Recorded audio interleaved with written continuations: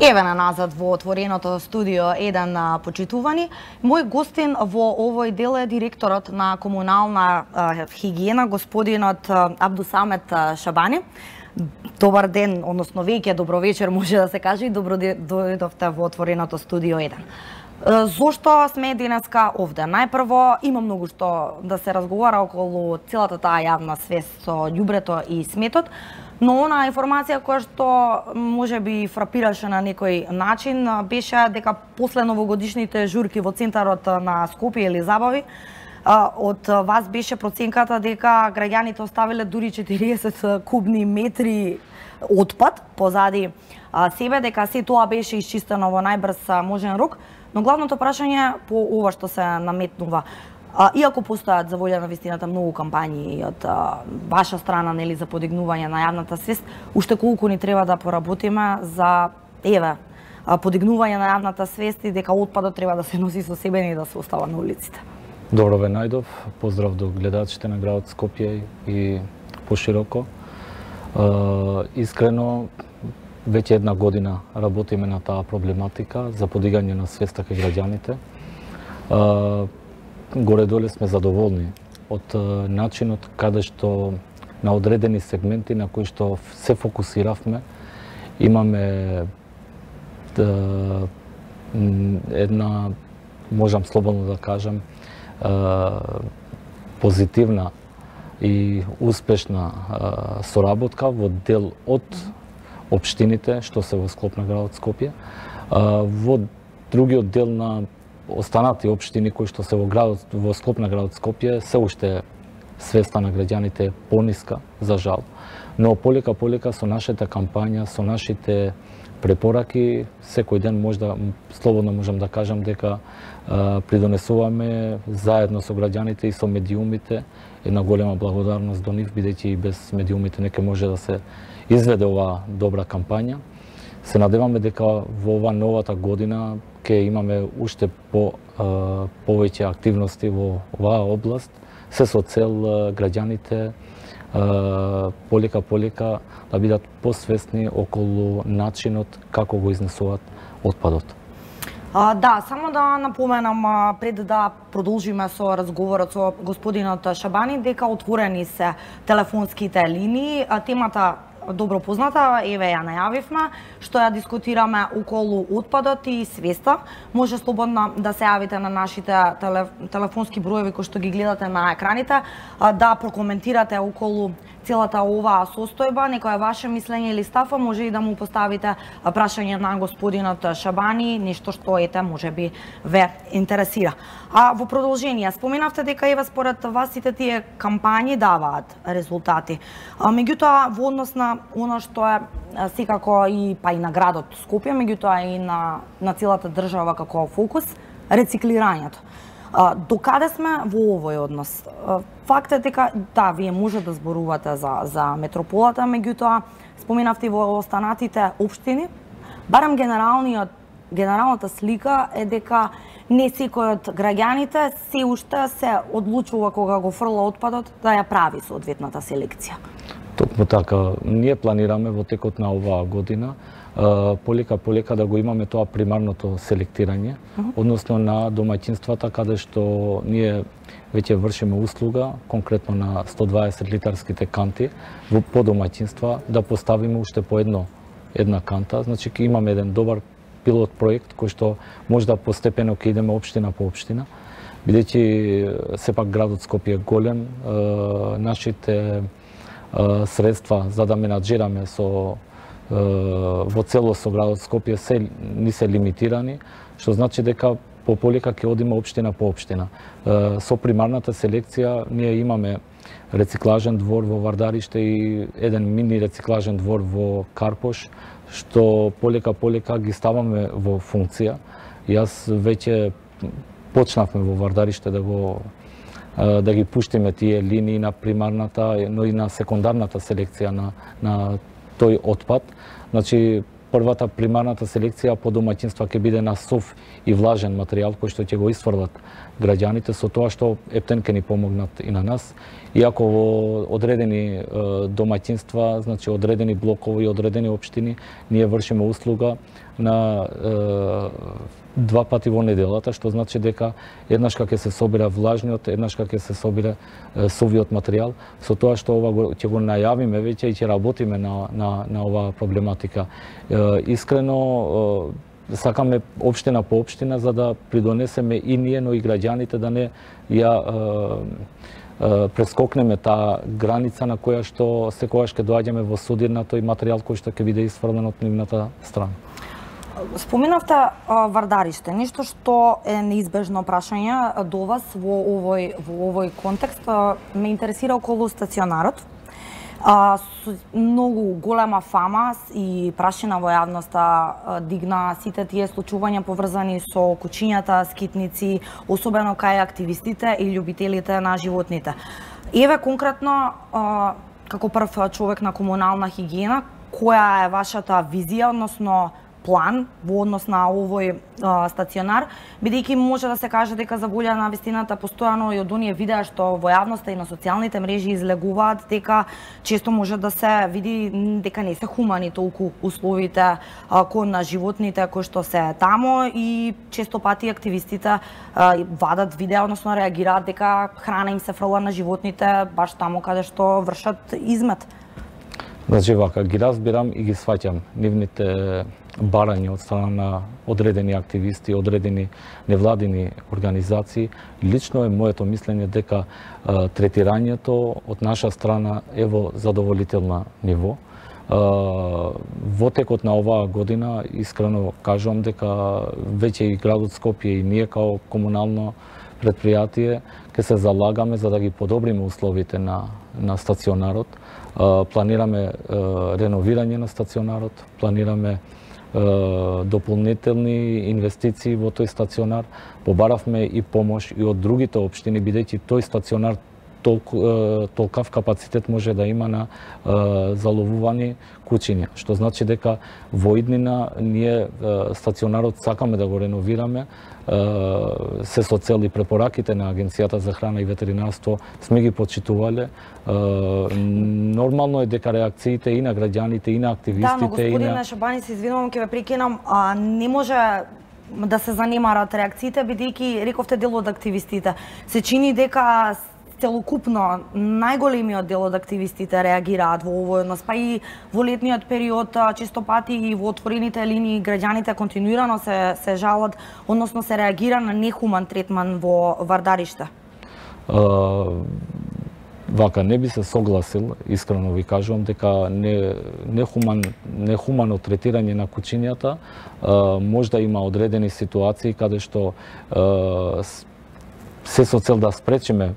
Имавме и доста случаи каде што истото куче еднашка или 2 пати или до 5 пати е третирано во нашиот стационар и е пуштен и пак он ќе напаѓа некого, што значи дека пак теретот спаѓа во комуналната хигиена на предпријатието и на градот Скопје, бидејќи ние по тоа граѓаните не тужат.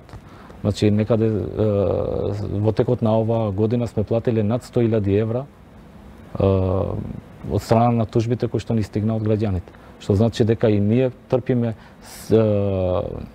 загуба се со цел третирањето и начинот каде што беа поставени и планот конкретно за стационарот. Ја мислам дека до крајот на месец април ќе се смени и програмата на градот Скопје и ќе почне и чипирањето, тоа веќе го најави градоначалникот на градот Скопје и полека веќе влегуваме во едно по-друго третирање на кучињата без домови. Имаме гледач на линија, меѓутоа ќе го замолам уште само некоја минута да почека за да не ми избега мислата во однос на прашањето. Споменавте дека според вас Вардариште е веќе преполно, односно нема капацитет. Ако е тоа така и ако еве веќе сте имале сознание, односно самото тоа се гледа како слика, зошто не се преземе нешто во однос на негово проширување или можеби отворање други некои стационари за похуман третман на Значи животните? ние имавме акции за вдомување на тие кучиња, ја веќе го најавувам дека можда деновиве пак ќе имаме акции, со тоа што ги повикуваме сите граѓани кои што сакат да вдомат бездомно куче, да ни се обратат кај нас. Такви акции сме имале. Кога е во прашање вдомувањето на кучињата, граѓаните тука се отпорни, искрено. Значи кога е за да секогаш сум сам критичар и за нашата работа. Точно е дека има недостиг. Стационарот го најдов без елементарните услови. Го најдов без возило за заловување, што е посебно возило. Значи, но имаме и доста проблеми кога се во прашање начинот како ние ги заловуваме. Често пати сме имале и контра напади од страна на одредени активисти кои што не ги остават нашите вработени на мира да ја извршат нивната работа. А од друга страна, реакциите се и на граѓаните дека има одредени локации каде што ни се појавуваат кучиња скитници. Што значи дека тука сме во една дилема како да постапиме. Кога постапуваме, имаме контрареакции, кога не постапуваме, пак имаме контрареакции, што значи дека секогаш јас лично сум ги свикал сите вработени во стационарот да бидат похумани и со граѓаните, но и со животните. Доста случаи сме имале каде што сме приметиле дека во одредени општини, поготово во Ѓорче Петров и во Карпош, од другите општини ни ги носат кучињата во градот Скопје. Значи, затоа правиме напори да оваа година нешто да смениме и во планот, и во програмата за третирање на бездомните животни, но и во стационарот да ги подобриме условите. Сепак, секогаш можеме да имаме подобри услови за нив и за... Значи, третирањето си има еден период каде што ние ги третираме кучињата. Не можеме во вечност да ги чуваме и да ги третираме. Во ред, ќе продолжиме со разговорот, доколку се уште е гледачот на линија, да му отстапиме простор. Добро вечер, повелата. Добро вечер. Да, повелата во програма сте. Да, на прво место би сакал да ве поздравам, ви ја честитам на сите гледачи вашата екипа новата година и се најубаво во неса. Ви благодарам, среќни празници и вам. Повелата. Фала. Сега сакам да поставам до вашиот гостин на прашање, се надевам дека е на правилно место. Работи за општина Бардовци. Ме интересира критериумот за начинот за одредување на собирање на смет еднаш седмично. Дали тоа може да се промени, да стане 2 пати, 3 пати или да се постават големи контейнери, па тие да се собираат секојдневно, затоа што сепак е голема населба, не е село.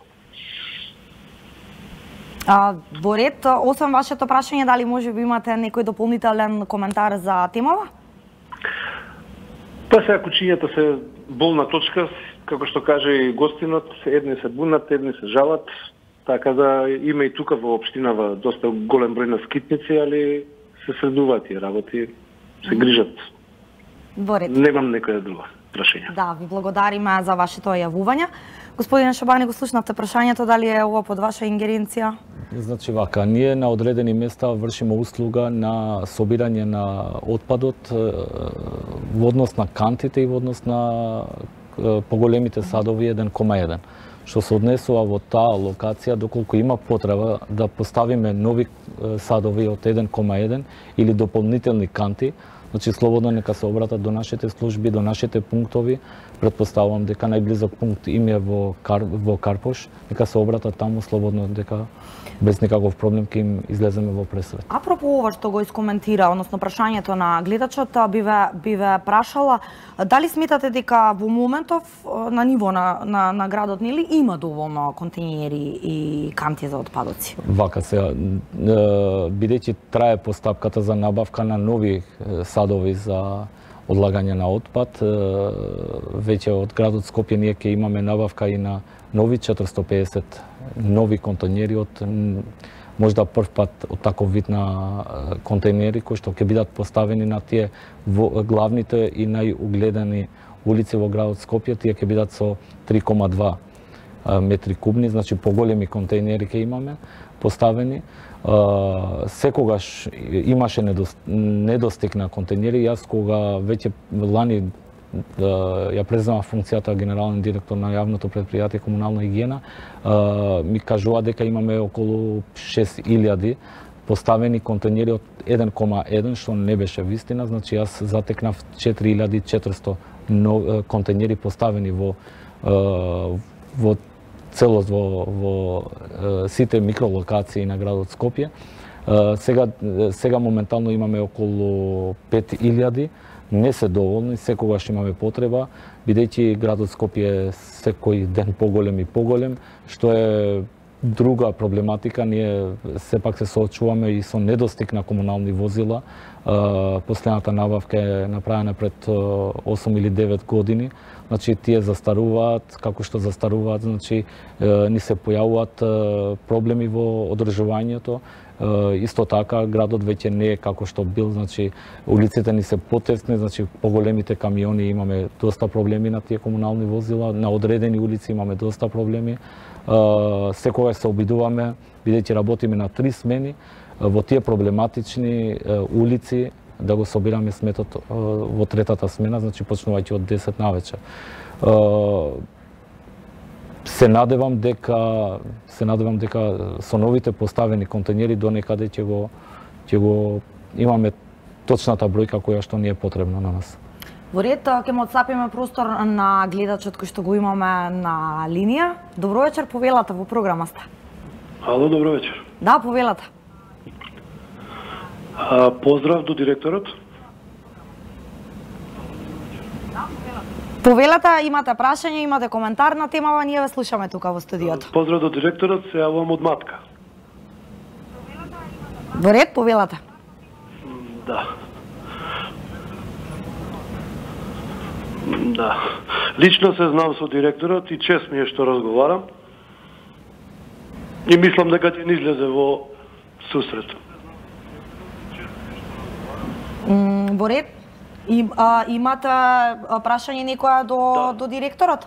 Да, имам прашање. Сакам да знаеме ние мештаните на Матка од кога ќе почнеме со плаќање, пошто на 12 декември ни ги донеса контейнерите. Добро, продолжете, вас слушаме. Да.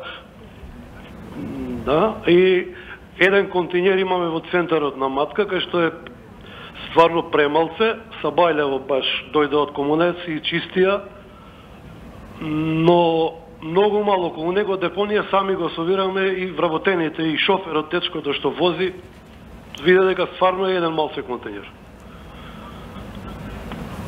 Во ред, значи вашето прашање е дали ќе има повеќе контейнери за отпад на Матка, така? Да, и дали може канти да се земе контейнерите да се извадат.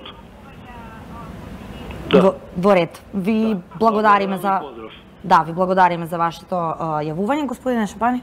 Бидејќи јас доаѓам од тој крај, значи јас знам проблематиката. Ние веќе од октомври минатата година ја преземавме во урбаниот дел на општина Сарај, конкретно и рекреативниот центар Матка. Таму веќе се поставени нови садови од 1,1, меѓутоа долна Матка е проширена, што значи имаме потреба на поставени и нови, уште едно или две локации на поставени, што треба да се постават нови контейнери. Нема никаков проблем, јас сум запознат за проблематиката околу сметките, значи од 1.1. веќе почнуваат да плаќат мештаните од населеното место Матка, но секако ако има потреба на поставување на нови контейнери, ќе им излеземе во пресред. Таму има повеќе контейнери, колку што знам, се заменети со тие стари контейнери кои што беа поставени во минатото. Ако е потребно и на канти 120 литарски, ќе им излеземе во пресред. Да, но еве, гледачот тврди дека вие имате информација за повеќе, тој тврди дека има само еден. Дали ова може да се припише на недостиг на комуникација, односно информации, или можеби граѓаните ги уништуваат контейнерите? Како се соочувате па и со оваа проблематика? Не, во тој дел не сме имале до сега проблеми, значи повеќето ги имаме во општина Центар и во Чаир, каде што ни се поставени пластични контейнери, поготово на тие што се поблиску до ресторани или кафулинија, каде што постои изнесување на ѓубрево, значи се настанува и пожар. Само во изминатиот период, минатата недела, имавме некаде околу 10 контейнери изгорени. Во Матка таков проблем не сме имале до сега, но искрено кажано дека таму е фреквентно, поготово за периодот за викенд и летниот период, така да јас ќе се потрудам да поставиме уште нови контейнери таму во Матка.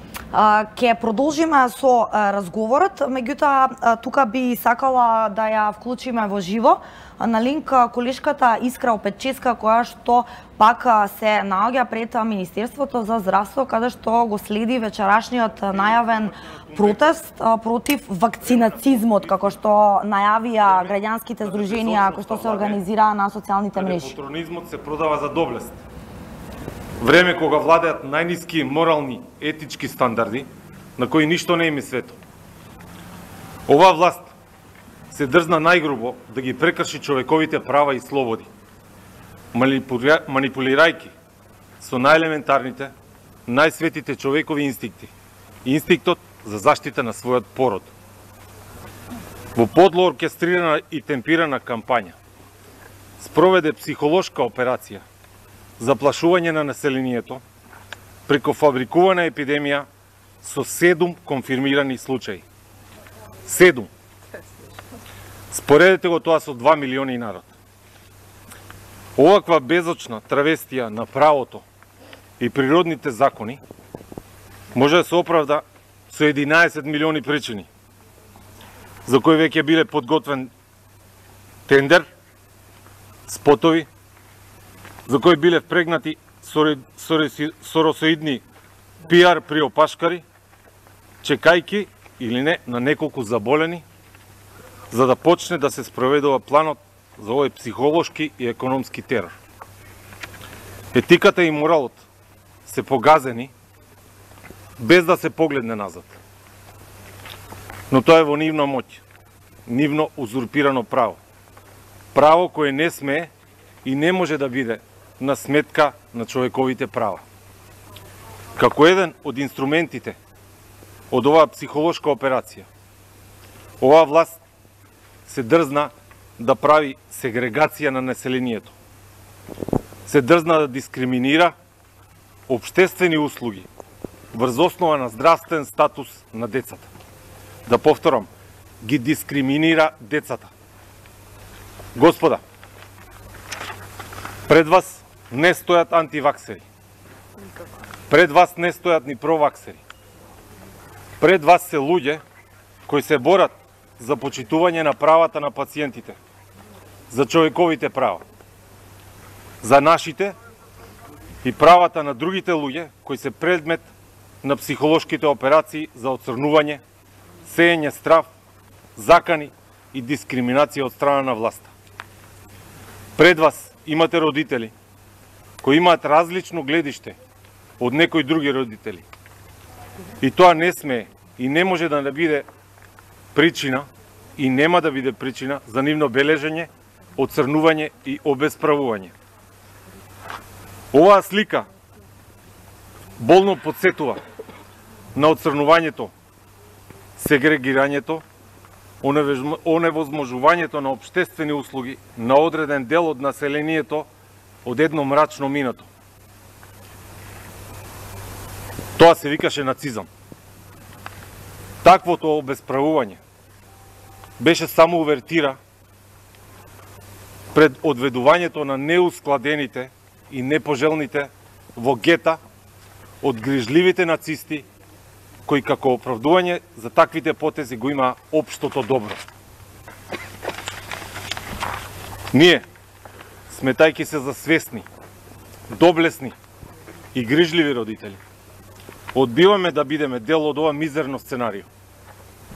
Уште повеќе, нема да дозволиме нашите деца да бидат жртви на оваа нацистичка практика на сегрегација, бележење и оцрнување.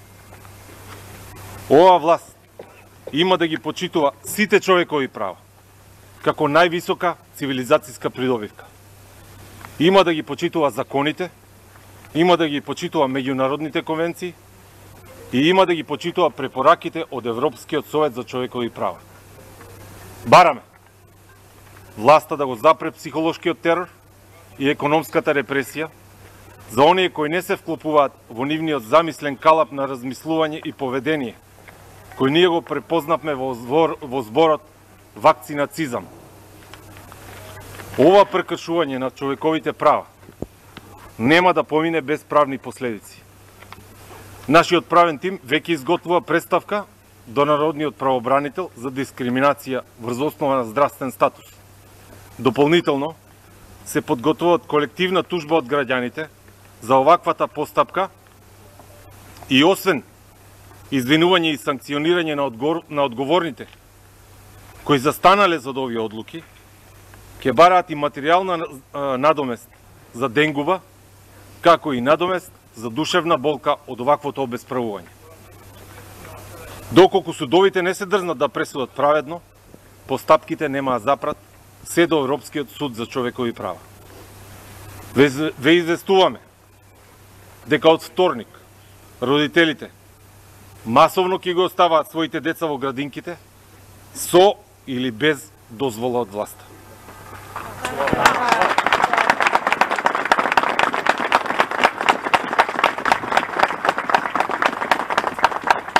Господа, ние нема да влеземе во вашето варшавско гето. Слободата надстена. Благодарам.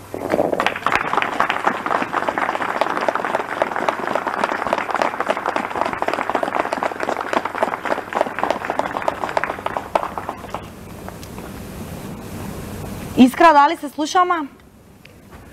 Да, Јана, се надевам дека гледачите имаа можност да слушнат што овие луѓе имаат да кажат, односно родителите што се против вакцинацијата на своите деца, односно како што велат, тие не се против вакцинација, туку тие барат од Министерството за здравство да објаснат што точно значи епидемија, дали 7 случаи како што тврдат тие значи аларм за да се прогласи епидемија. Инаку само да напоменам, зборуваше Дарко Георгиев од Сдруженијето секој има право за слободно вакцинирање, слободата пред се. Ке сублимираме во 2 реченици што кажа од ова здружение. Тие сметат дека Министерството за здравство со забраната нивните деца да се носат во градинка бидејќи не се вакцинирани, но и со казните што се предвидуваат за родителите што нема да ги вакцинираат своите деца, вршат барем тие како што тврдат фашизам, психолошки терор и економски терор. Тие го нарекоа овој протест антивакцинацизам, од кои причини објаснија. Ако има Јана прашања, повели ние ќе останеме се до крај да прашаме уште неколку дополнителни прашања, зашто подосна ќе известиме. Искра, јас немам дополнителни прашања со оглед на тоа што секако имавме прилика подолго да слушнеме изјавата на еден од родителите. Сумирано ни ја пренесе атмосферата и ти секако останувате на терен. Ти благодарам и за можноста да слушнеме изјавата во живо и за твојот извештај. Да, ова беше една тема која што ја бранува јавноста. Господин Шабани, ние ќе продолжиме со разговорот и едно или 2 прашања сумирани за крај. Би го искористила вашето присуство тука да ве прашам дивите депонии, чиј проблем се? На локалната самоуправа, на градот, како се справуваме и треба да се справуваме со овој проблем и секако едно исто така неизбежно прашање, што е со медицинскиот отпад? Имаше долго време назад и проблеми околу поставувањето на филтри на дрисла, апели дека медицинскиот отпад е токсичен, меѓутоа дали може да се тврди одговорно дека во земјава и се почитуваат процедурите за соодветно справување со медицинскиот отпад? Околу второто прашање ваше, значи искрено ви кажувам, не тангира нас као предпријатие, ако се соочуваме некогаш и со ваков вид на отпад, сепак надлежните институции се депонијата Дрисла и одредени институции каде што ние се оградуваме од ова прашање. Околу првото прашање, кое што е проблематично и за нас као предпријатие, бидејќи само во текот на оваа година, значи вкупно се собрани околу над 5000 метри кубни кабастен, градежен шут, значи исчистени се диви депонии за разлика од претходните години, каде што сме имале вкупно некаде од 500 метри кубни исчистени диви депонии. Овој период, значи само за една година сме исчистени некаде над 5000 метри кубни. Да, но за волја на вистината се уште представуваат голем проблем. Имаме доста одредени црни точки во градот Скопје, каде што надлежноста не е секогаш на градот Скопје или на комуналното предпријатие Комунална хигиена Скопје, туку и на одредени општини на кои што чиј терен се створат овие диви депонии, каде што сме имале ние интервенции, значи зборува фактот дека еднашка, два пати, три пати е исчистена таа дива депонија, повторно несовесни граѓани ке во текот на период од месец дена повторно ќе прерасне во дива депонија. Да, и тоа палењето на... Искрено имаме и одредени ситуации или црни точки каде што почесто сме ја исчистеле таа дива депонија и веќе на мониторинг и од страна на екопатрола нашата и од страна на комуналните инспектори на градот Скопје и веќе полека не се фрла, знаете дека во една ситуација, во една одредено место каде што се прави секогаш депонија или на успат ке се изфрла нешто и останува као депонија. Значи еднашка, два пати, три пати исчистено и веќе е голем придонес и од наша страна и до граѓаните, до свеста на граѓаните допираме за да веќе не прерасне во таа дива депонија. Искрено е голема обврска и за нас. Јас мислам дека ќе продолжиме. Ги повикувам и граѓаните каде што се појавува таков вид на дива или мини дива депонија да ни сугерираат на тие локации да пратиме екипи. Да, дефинитивно се добива впечаток дека треба да постои што поголема соработка помеѓу нели институциите и граѓаните, но во интерес на времето тука треба полека сигурно да се одјавиме од овој дел од отвореното студио 1. Господине Шабани, јас ви благодарам во вашето прво гостување во 1 ТВ. Секако почитувани вам ви благодариме за вашето внимание и останете со програмата на нашата телевизија. Следува забавниот дел, стартува со возење со Вучиќ.